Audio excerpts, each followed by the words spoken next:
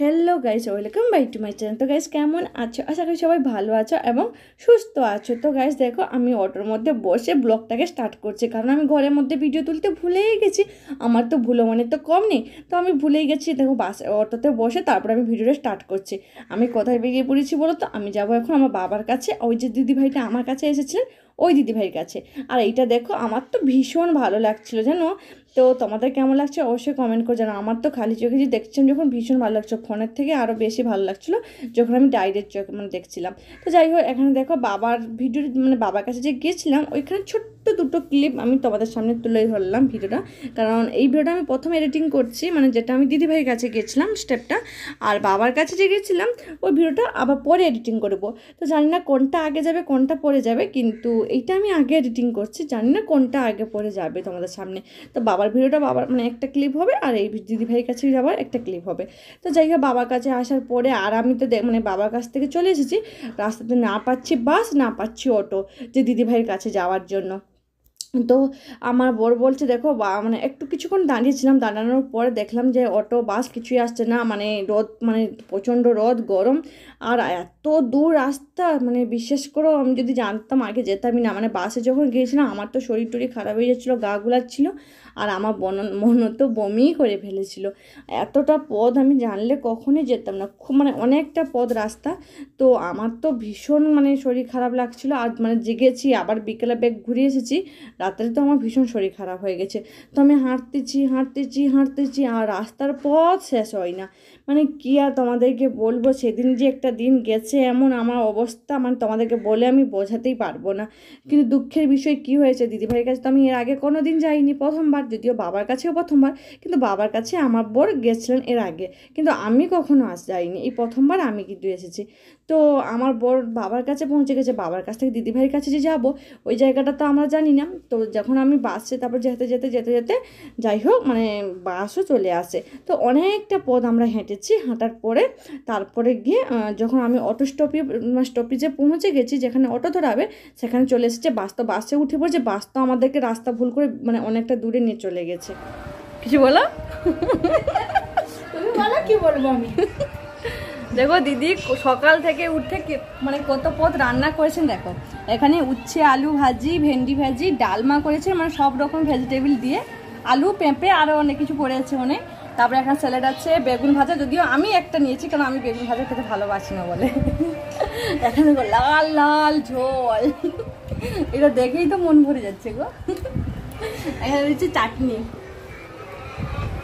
দাদা ভাই একটু হাই করো। OG by. ও না হাই করো। সবাই এদিকে আছে, এইরকমই করে। তো তারপর দেখো, মানে দিদিভাইয়ের কাছ থেকে সন্ধ্যাবেলা এসেছি, প্রচুর রিলস বানিয়েছি। আর দাদাভাই না ভীষণ সুন্দর ক্যামেরা, মানে ফোন ক্যামেরাটা ধরেন, তো ভীষণ সুন্দর রিলসগুলো বানিয়েছেন। কিচ্ছু করার নেই, আমি এখন দিতে পারছি না, কারণ আমার কী যে হয়েছে, আমার একদম ভিউজ পড়ছিল না। তো তাই জন্য আমি বললাম না, এখন আমি দিব না, আমার যখন গ্রোথ দিবে চ্যানেলটা তখন আমি রিলসগুলো দিব। তো আমি চলে এসেছি, কিন্তু যাওয়ার পথে কি হয়েছে তখন তো বলতে থেকে গেল। আমি দিদির কাছে যখন যাব, কন্ট্রাক্টরকে আমার বর বলে দিয়েছেন যে ওই জায়গাতে আমাকে নামিয়ে দেবো। দিদিভাইকে জিজ্ঞাসা করে নেওয়া হয়েছে যে কোথায় আমি নামবো, তো দিদিভাই বলছে তুমি ওইখানে নামবে, দেখবে আমাকে দেখতে পেয়ে যাবে, আমি ওইখানে দাঁড়িয়ে আছি। তো কন্ট্রাক্টরকে বলা হয়েছে, কন্ট্রাক্টর কিন্তু আমাদেরকে নামায়নি, ভুল করে নিয়ে চলে গেছে, মিনিমাম 2 কিলোমিটার দূরে নিয়ে চলে গেছে। তো আমার বর যখন জিজ্ঞাসা করে তখন ও মাথায় হাত দিয়ে বলছে সরি ভাইয়া, আমার ভুল হয়ে গেছে। তো সেখান থেকে আবার ব্যাক করে একটা অটো, যাই হোক সঙ্গে সঙ্গে একটা অটো পেলাম, অটো দাঁড়িয়েছিল। তো অটোটাকে ধরে আবার ব্যাক করে দিদিভাইয়ের কাছে এসেছি। মানে কি আর তোমাদেরকে বলবো, রোদে পুরো আধমরা হয়ে গেছি। তো যাই হোক, শেষমেশ দিদিভাইয়ের কাছে গিয়ে তো খাওয়া দাওয়া করে প্রচুর রিলস করছি, প্রচুর মজা করে তারপরে এলাম। তো আমার শরীর এতটা খারাপ হয়ে গেছিলো, তো দেখো আমার বড়মশাই এখানে তেল মালিশ করছেন, আর আমার মনও এত দুষ্টুমি, মানে দুষ্টুরা ভিডিও ক্লিপ করে দিয়েছে, আর অনেক পাকা কথা করছিল। তো আমিও তখন যখন ভিডিওটা করেছি তখন আমি ভিডিওটা তোমাদের সামনে তুলে ধরি। আমি কিন্তু ভীষণ লাকি যে আমার বর কিন্তু সত্যি আমার শরীরে কষ্ট নেই।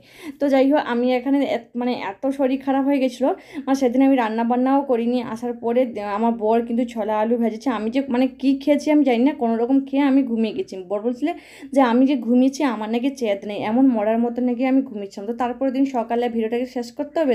তো দেখো মানে দিদিভাই কী কী দিয়েছেন, সজনের শাক, তারপরে কলার থর। বন্ধুরা যে দিদিভাইয়ের কাছে আমি গিয়েছিলাম ওই দিদিভাই কত কি দিয়েছেন দেখো, এখানে দেখো কতগুলো পেঁপে দিয়েছেন। ওই মানে উনি যেখানে থাকেন না ওখানে অনেকগুলো পেঁপের গাছ হয়েছে, মানে বিল্ডিং মালিকের ঘরে। তো বিল্ডিং মালিকের ঘরে একজন দাদাকে বলে, দাদা নয় আম্মা হবে কারণ উনি বয়স্ক মানুষ, তো ওনাকে বলে পেঁপে এনেছেন, তারপরে সজনে শাক, চাল কুমড়ো, কুমড়োর পাতা, আর সব থেকে যেটা ভালো লেগেছে আমার মিষ্টি দেখো কি বলতো দেশি মুরগির ডিম। উনি না মুরগি রেখেছেন, আগে অনেকগুলো রেখেছিলেন, বাড়ি যাওয়ার সময় বিক্রি করে দিয়েছেন, এখন মনে হয় 3-4খানা রয়েছে, আমি ঠিক বলতে পারবো না। তো এখানে দেখো কতগুলো দেশি মুরগির ডিম দিয়েছেন, ওই 4টা আমাদের আগে ছিল আর বাকিগুলো না এতগুলো ডিম দিয়েছেন।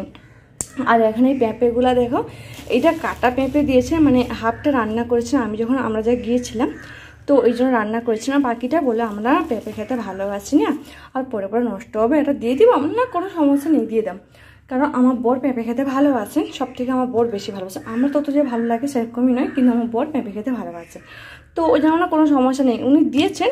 তো আমাকে যত দূর অবধি এগিয়ে দিতে এসেছে না, সারা রাস্তায় বলছে জানো আমি তোমাকে কাটা পেঁপেটা দিয়েছি, আমার মনটা কেমনটা খুঁতখুত করছে, আমার ভালো লাগছে না তোমাকে কাটা পেঁপে দিতে, কিছু মনে করেন তো? আরে পাগল দিদি এরকম বলো না, মানে আমি যতবারই বলছি উনি ভাবছেন মানে কী ভাববো কাটা পেঁপে দিয়ে দিলে, আমার সেরকম কিছুই ভাববো নেই।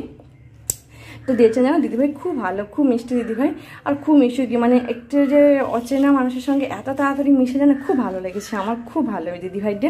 আর এখানে দেখো কতগুলো দেশি মুরগির ডিম দিয়েছেন, আমার এই ডিমগুলো দেখে আমার তো বাবার কথা খুব মন খারাপ হচ্ছে, কারণ আমার বাবা না দেশি মুরগির ডিম খেতে ভালোবাসে, যদি আমার বাবা কাছে থাকতেন তাহলে ডিমের তরকারি বা ডিম ভেজে দিতাম, কিন্তু আমার বাবাকে দিতে পারবো না। আমার না এই ডিমগুলো দেখে আমার কাল থেকে আমার বাবার কথা খুব খারাপ লাগছে, যে আমার বাবা যদি থাকতেন কাছে তাহলে আমি রান্না করে দিতাম বা ভেজে দিতাম, কারণ আমার বাবা সত্যি অনেক ভালোবাসে।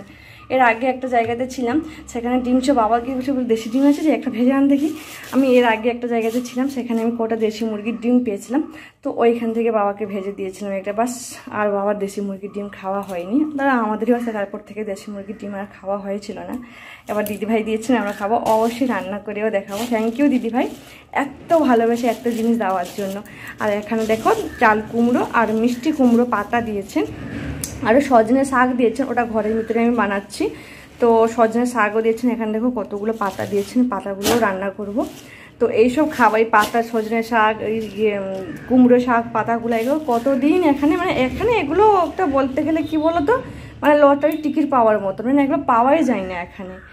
তো থ্যাংক ইউ সো মাচ দিদিভাই আমাকে এত জিনিস ভালোবেসে দেওয়ার জন্য। আর দিদিভাইটা খুব খুব ভালো, খুব মিষ্টি দিদিভাই। তো আমার টাইটেলে ওনার হাত দিয়ে ওনার আইডির নামটা লেখা আছে, তোমরা যারা পারবে একটু প্লিজ সাবস্ক্রাইবটা করে দাও, কারণ উনি খুব ভালো ভিডিও করেন, খুব মানে ফানি ভিডিওগুলো হয়, দারুণ ভিডিও করেন, ওনাদের স্বামী স্ত্রী দুজন মিলে ভিডিও বানান, খুব সুন্দর হয় ভিডিওগুলো। তো আশা করছি তোমাদেরও অনেক ভালো লাগবে ওই দিদিভাইয়ের ভিডিওগুলো, প্লিজ একটু তোমরা গিয়ে সবাই একটু সাপোর্ট করো, ভিডিওগুলো দেখো। তো সবাই চলো আজকের মতো টাটা বাই বাই। কিছু করার নেই, ডিমগুলো যতই দেখছি আমার বাবার কথা ততই মনে পড়ছে, যে আমার বাবাটা কাছে থাকলে আমি ডিমগুলো একটু কিছু না একটা যদি খাওয়াতে পারতাম না, তাতেও মনটা একটু শান্তি লাগতো, কিছু করার নেই। তো চলো আজকের মতন টাটা বাই বাই, সবাই ভালো থেকো সুস্থ থেকো, নেক্সট ভিডিওতে আবার দেখা হচ্ছে। এগুলোর নাম কি বলো দেখিনি? থর বলে না? থর বলে তো, আমরা তো মোচা বলি, মোচা থর অনেকে অনেক নামে বলে। এখানে সজনা শাক আড্ডা কলা থর নাকি কি বলে কে জানে, জানি না, তোমরা কমেন্ট করে জানাও এটা কি বলে।